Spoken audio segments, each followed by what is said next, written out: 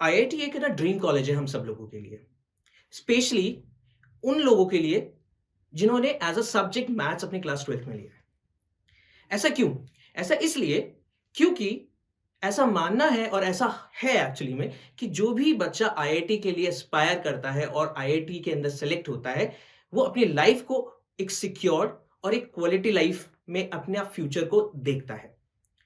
मगर क्या आपको पता है कि एक स्टूडेंट कितने ज्यादा मेंटल, फिजिकल और इमोशनल प्रेशर से गो थ्रू करता है when it comes to preparation of IIT?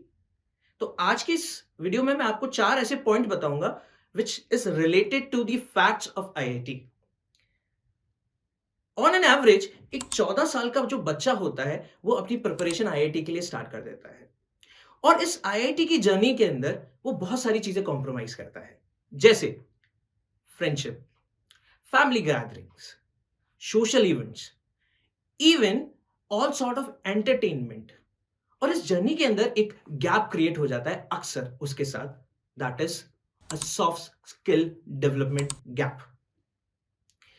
अगर हम बात करें number of students appearing for one seat of IIT, it is 115 against one seat of IIT. यानी कि 115 बच्चे एक सीट के लिए फाइट करते हैं, which is a huge number, and lakhs of student appear for this examination. And this is the sad reality of this part. So pehla point, in 2022 only 960 students of the IIT got the good placement, that was above 50 lakhs or above, which makes only 6% of the total graduates of engineering, या rather I would say the IITians। तो बड़ा ही interesting सा fact निकल के आया कि सिर्फ 6% लोग ही थे जिनका 50 या 50 प्लस से ऊपर पैकेज गया।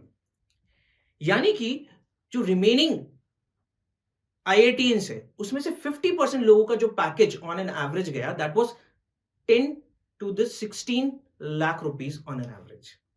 थर्ड पॉइंट, जो रिमेनिंग इंडिविजुअल्स थे, रिमेनिंग आईआईटीएंस थे, उनका पैकेज इवन इससे कम भी था।